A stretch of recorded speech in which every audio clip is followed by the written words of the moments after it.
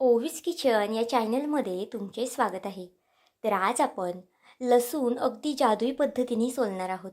लसूण सोलायचा तर सगळ्यांनाच खूप जास्त कंटाळा येतो आणि लसूण सोलताना नखंसुद्धा खूप जास्त दुखून येतात. अगदी जादुई पद्धत आहे. अगदी 5 मिनिटात तुम्ही भरपूर असा लसूण सोलू शकता, नखांचा वगैरे वापर न करता. अगदी सोपी ट्रिक आहे, त्यामुळे व्हिडिओ संपूर्ण पहा. अगदी छोट्यातला छोटा लसूण असला ना तरी या ट्रिकने आपण सोलून घेणार आहोत. त्यामुळे व्हिडिओ शेवटपर्यंत पहा. व्हिडिओवरती नवीन असाल तर चॅनलला एक लाईक आणि एक सबस्क्राईब नक्कीच करा आणि छानशी एखादी कमेंटसुद्धा करा. तर चला, थोडाही वेळ न घालवता लगेच व्हिडिओला सुरुवात करूया. तर आता या व्हिडिओमध्ये मी तुम्हाला एक 4 ते 5 टिप्स दाखवणार आहे. खूप जास्त उपयोगी अशा टिप्स आहेत. तर बघा, घरामध्ये आपण कोणतंही पॅकेट वगैरे फोडतो आणि ते अर्धं यूज करतो आणि अर्धं तसंच ठेवतो. मग ऐन वेळेला आपल्याला क्लिप किंवा रबरसुद्धा भेटत नाही. तर त्याऐवजी बघा, व्हिडिओत दाखवते ना त्या पद्धतीने तुम्ही जर हे पॅकेट पॅक केलं ना तर अगदी पटकनी पॅकसुद्धा होतं. अजिबातच त्यामध्ये हवा वगैरे जात नाही, कोणतीही वस्तू सादळत नाही किंवा मग त्यातून बाहेर सांडतसुद्धा नाही. बघा, अगदीच पटकनी काही एका मिनटात आपण हे पॅकेट जे आहे ना ते पॅक केलेलं आहे.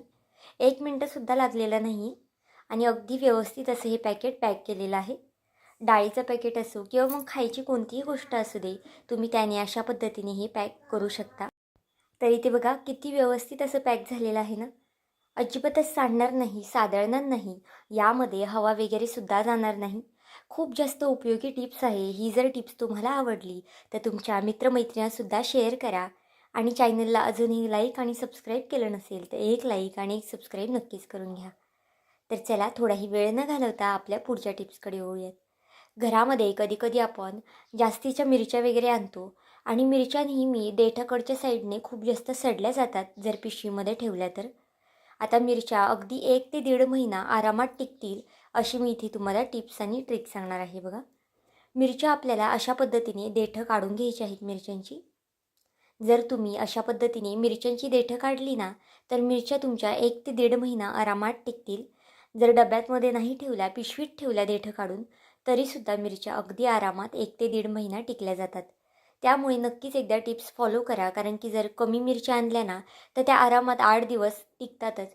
पण जर जास्तीच्या मिरच्या आपण आणल्या ना तर मग खूप दिवस टिकत नाही, खराब होतात आणि शक्यतो देठाकडचा भाग लवकर खराब होतो मिरच्यांचा आणि मग मिरच्या सडल्या जातात. जर तुम्ही अशा पद्धतीने मिरच्या निसून ठेवल्या ना तर अजिबातच मिरच्या सडणार वगैरे नाही आणि खूप दिवस टिकणारसुद्धा. कधीकधी मार्केटमध्ये मिरच्या ह्या स्वस्त होतात, मग त्या टायमाला तुम्ही अशा पद्धतीने जास्तीच्या मिरच्या आणून स्टोअर करू शकता आणि अगदी आरामात 1.5 ते 2 महिने मिरच्या तुमच्या टिकू शकतात.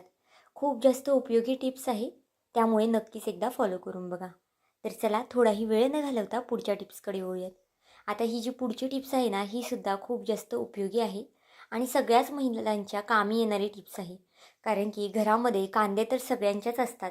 कधीकधी आपण मोठ्या कॅरेटमध्ये कांदे ठेवतो किंवा मग चाळणीमध्ये वगैरे कांदे ठेवतो आणि कांदे सडतातसुद्धा खूप दिवसाचे झाले तर. आता कांदे अजिबातच सडू वगैरे नाही किंवा मग खराब वगैरे होणार नाही याची काळजी आपण घेणार आहोत बघा. आता इथे तुम्हाला काय करायचं आहे, एक न्यूजपेपर घ्यायचा आहे. न्यूजपेपरच्या अशा पद्धतीने तुम्हाला गोळे करून घ्यायचे आहेत बघा. जितक्या क्वांटिटीमध्ये कांदे आहेत ना तितकं तुम्ही न्यूजपेपर घ्या. जर खूप मोठ्या कॅरेटमध्ये कांदे ठेवले असतील ना तर एक 20 ते 25 तुम्ही गोळे अशा पद्धतीने करून घ्या. तर बघा, व्हिडिओत दाखवते ना त्या पद्धतीने एक गोळे करून घ्यायचे आहेत आणि अशा पद्धतीने कांद्याच्या मध्ये तुम्हाला हे गोळे ठेवून द्यायचे आहेत. यामुळे जे कांदे आपले जे सडणार आहेत ना ते अजिबातच सडणार नाही. जर थोडे जरी ओलसर झाले ना कांद्याचं खालच्या बाजूचं देठ, तरी हा जो कागद आहे ना तो त्याचा ओलावा शोषून घेतो आणि अजिबातच दुसऱ्या कांद्याला त्याचा ओलावा लागत नाही. अगदी उपयोगी टिप्स आहे, तुम्ही फॉलो करू शकता. आपण गोणीमध्ये सुद्धा कांदे ठेवतो किंवा मग घरामध्ये किचन खाली पसरून वगैरे कांदे ठेवतो. त्यामध्ये सुद्धा तुम्ही अशा पद्धतीचे गोळे करून ठेवा. बघा, तुम्हाला नक्कीच या टिप्सचा उपयोग होणार आहे. कारण की मी सुद्धा खूप वर्षापासून अशा पद्धतीने कांदे ठेवते आणि अजिबातच कांदे कितीही महिने ठेवले ना तरीसुद्धा सडत वगैरे नाही, जसून तसे राहतात. तर ही सुद्धा टिप्स आवडली असेल तर नक्कीच चॅनलला एक लाईक आणि एक सबस्क्राईब नक्कीच करून घ्या. तर आता बघा, इथे मी मिक्सरचं भांडं घेतलेलं आहे. खूपदा काय होतं, ऐन वेळेला मिक्सरच्या भांड्याची धारसुद्धा जाते आणि ऐन वेळेला आपल्याला बाहेर जाता येत नाही, मिक्सरला धार वगैरे लावायला वेळ लागतो किंवा मग दुकानामध्ये जायलासुद्धा कधी कधी वेळ भेटत नाही, तर तुम्ही घरच्या घरी अगदी तात्पुरती धार कशी लावायची हे तुम्हाला सांगणार आहे मी. अगदी छान धार लागते. तुम्ही खोबरं वगैरे काही वाटलं ना तरीसुद्धा अगदी व्यवस्थित असं वाटलं जातं. तर बघा, त्यासाठी आपल्याला इथे काय घ्यायचं आहे, गोळ्यांचं पाकिट घ्यायचं आहे. घरामध्ये कोणतंही संपलेलं एक्सपायर झालेलं गोळ्यांचं तुम्ही पाकिट इथे घेऊ शकता. तर बघा, कोणतंही पाकिट असलं तरी चालेल. आता इथे मी तुम्हाला 2 पद्धतीची पाकिटं दाखवलेली आहेत. यापैकी कोणतंही असलं ना तरीसुद्धा चालणार आहे किंवा मग यापेक्षा दुसरं कोणतंही असलं ना तरीसुद्धा चालणार आहे. तर बघा, पाकिटाचे आपल्याला अशा पद्धतीने कैचीने तुकडे करून घ्यायचे आहेत. जास्तसुद्धा बारीक वगैरे तुकडे करायचे नाही आहेत, मोठे मोठेच इथे तुकडे करून घ्यायचे आहेत. बघा, ही टिप्स नक्कीच तुम्हा सगळ्या महिलांना कामी येणार आहे आणि तुमच्या मित्रमैत्रिणींसुद्धा शेअर करा किंवा तुमचे जे रिलेटिव्ह आहेत त्यांनासुद्धा तुम्ही शेअर करा. त्यांनासुद्धा खूप जास्त उपयोगी पडणारी ही टिप्स आहे. कारण की ऐन वेळेला कधीकधी टाईम नसतो, घाई गडबडीत वाटण वगैरे वाटायचं असतं आणि मग मिक्सरची धार वगैरेसुद्धा जाते भांड्याची. त्यावेळेस तुम्ही अशा पद्धतीने अगदी झटपट मिक्सरला धार लावू शकता. तर बघा, अशा पद्धतीने हे तुकडे यामध्ये टाकायचं आहे आणि छान अशी मिक्सरला फिरवून घ्यायचं आहे हे तुकडे, म्हणजे मिक्सरच्या भांड्याला छान अशी धार लागली जाते. ही सुद्धा टिप्स आवडली असेल तर चॅनलला नक्कीच एक लाईक आणि एक सबस्क्राईब करून घ्या. तर चला, थोडाही वेळ न घालवता लगेच पुढच्या टिप्सकडे वळूयात. घरामध्ये आपल्याकडे रिकामा बॉक्स वगैरे असतो, हेडफोनचा असो किंवा मोबाईलचा असो. आता तो बॉक्स कचऱ्याच्या भांड्यामध्ये किंवा कचऱ्याच्या डब्यामध्ये न टाकता याचा अगदी उपयोगी, अगदी महत्त्वाची मी तुम्हाला याची टिप्स सांगणार आहे. खूप जास्त उपयोगी अशी टिप्स आहे. अजिबातच हा कचऱ्याच्या डब्यात हा बॉक्स टाकून देऊ नका. तर बघा, घरामध्ये अशा पद्धतीचे महत्त्वाचे कार्ड्स असतात. ATM कार्ड, आधार कार्ड, पॅन कार्ड किंवा मग दुसरे क्रेडिट कार्ड वगैरे असतात. ऐन वेळेला आपण इथं तिथं हे क्रेडिट कार्ड किंवा आधार कार्ड एकीकडे, क्रेडिट कार्ड एकीकडे असे ठेवतो आणि मग ते ज्यावेळेस आपल्याला लागणार आहे ना त्यावेळेस सापडत नाही. त्यावेळेस बघा, अशा पद्धतीने तुम्ही या बॉक्समध्ये हे कार्ड जे आहेत ना ते ठेवू शकता आणि हे कार्ड अगदी व्यवस्थित यामध्ये राहतात. ऐन वेळेला तुम्हाला कोणतंही कार्ड पाहिजे असेल ना तर अगदी तुम्ही सहज या बॉक्समध्ये काढून घेऊ शकता. खूप जास्त उपयोगी टिप्स आहे ही सुद्धा, त्यामुळे नक्कीच एकदा तुम्ही फॉलो करून बघा. तुम्हाला खूप जास्त याचा फायदा होणार आहे. तर बघा, पुढच्या टिप्सकडे येऊया. खूपदा घरामध्ये आपण कोणतीही वस्तू गाळतो किंवा मग गाळताना अशा पद्धतीने बघा, एक हात गुंतला जातो गाळण पकडण्यासाठी. अशा पद्धतीने जर मोठं भांडं असेल ना थोडंसं, तर गाळण निसटली जाते त्यामधून आणि जे आपण गाळलेलं आहे ना ते परत पूर्ण भांड्यामध्ये पडलं जातं. आता अजिबातच हात वगैरे एक गुंतणार नाही, त्यामध्ये मी तुम्हाला एक टिप्स सांगणार आहे. बघा, काटा चमचा घ्यायचा आहे आणि पुढचं जे गाळणीचं टोक असतं ना त्याला हा काटा चमचा अडकवायचा आहे. आता कितीही हललं किंवा मग कितीही विस्कटलं ना तरीसुद्धा ही गाळण भांड्यामध्ये पडणार नाही आणि तुमचा हातसुद्धा गुंतणार नाही गाळण पकडण्यासाठी. आणि तुम्ही अगदी सहज कोणतीही वस्तू, कोणतेही दूध वगैरे, चहा वगैरे किंवा मग काहीही गाळायचं असेल ना, तूप वगैरे, तर तुम्ही अगदी सहज पद्धतीनेही गाळू शकता. तर इथे पाहू शकता, अगदी व्यवस्थित असं तुम्ही गाळणीने गाळू शकता आणि अजिबातच भांड्यामध्ये गाळण पडणार नाही आणि पुन्हा पुन्हा आपल्याला गाळायलासुद्धा लागणार नाही जर अशी टिप्स तुम्ही वापरली तर. तर चला, थोडाही वेळ न घालवता लगेच पुढच्या टिप्सकडे येऊयात. आपली जी महत्त्वाची जी टिप्स आहे ना लसूण सोलण्याची, तीसुद्धा इथे मी तुम्हाला सांगणार आहे. तीसुद्धा खूप जास्त उपयोगी आहे, त्यामुळे व्हिडिओ शेवटपर्यंत पहा. तर बघा, घरामध्ये कधी कधी काय होतं, बाथरूममध्ये किंवा मग किचन खाली किंवा मग बुटामध्ये वगैरे घाणेरडा वास येतो. त्यासाठी अजिबातच उबट वगैरे वास येणार नाही यासाठी तुम्हाला मी टिप्स सांगणार आहे. आता घरामध्ये आपल्या कधी कधी संपलेला अशा पद्धतीने साबण असतो आणि तो वापरत येत नाही पुन्हा पुन्हा, कारण की साबण खूप जास्त छोटा होऊन जातो आणि मग तो आपण टाकून देतो.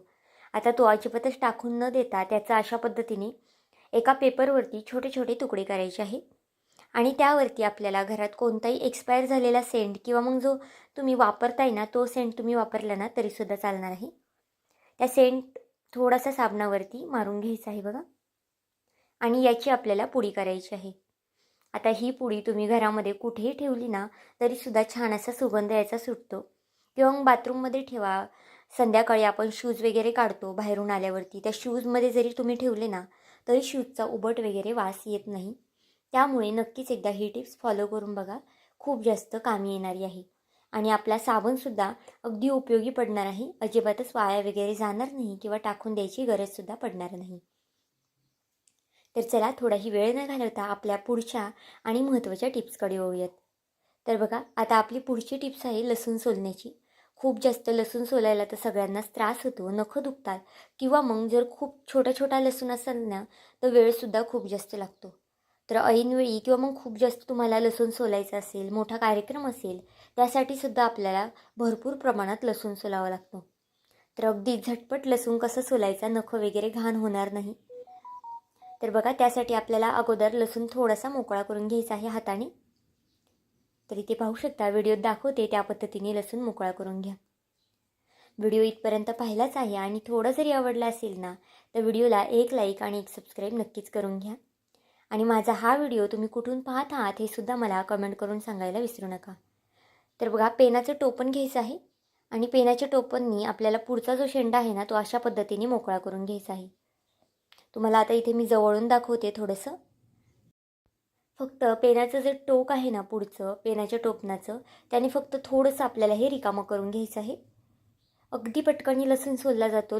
जे नखं आहेत ना त्याचासुद्धा वापर करायला लागत नाही. तर बघा इथे मी छोटी कांडीसुद्धा तुम्हाला सोलून दाखवते. तर पाहू शकता इथे पुन्हा मी कांडी सोलून दाखवते तुम्हाला. अगदी पटकनी सोलली जाते, अजिबातच वेळ वगैरे लागत नाही आणि नखंसुद्धा खराब होत नाही. नखांना आपण कधी कधी नेलपेंट लावतो, नखं वाढवतो आणि मग कधी कधी खराबसुद्धा होतात ती. किंवा मग कधी कधी नखं वगैरे कापलेली असतात आपली आणि मग लसूण सोलायला जमत नाही. तसं तर आपण जमिनीवरती सुद्धा लसूण हे करून सोलू शकतो. पण ही सुद्धा टिप्स अगदी उपयोगी आहे आणि या टिप्सने सुद्धा तुम्ही लसूण सोलू शकता. तर पाहू शकता किती व्यवस्थित असं लसूण सोलला जातो ना. नक्कीच एकदा ह्या पद्धतीने लसूण सोलून बघा आणि अजिबातच वेळ वगैरे लागत नाही, कंटाळा येत नाही. अशा वेगवेगळ्या पद्धतीने लसूण सोलला ना तर लसूण सोलायला मज्जासुद्धा तेवढीच येते. त्यामुळे एकदा नक्की ट्राय करून बघा.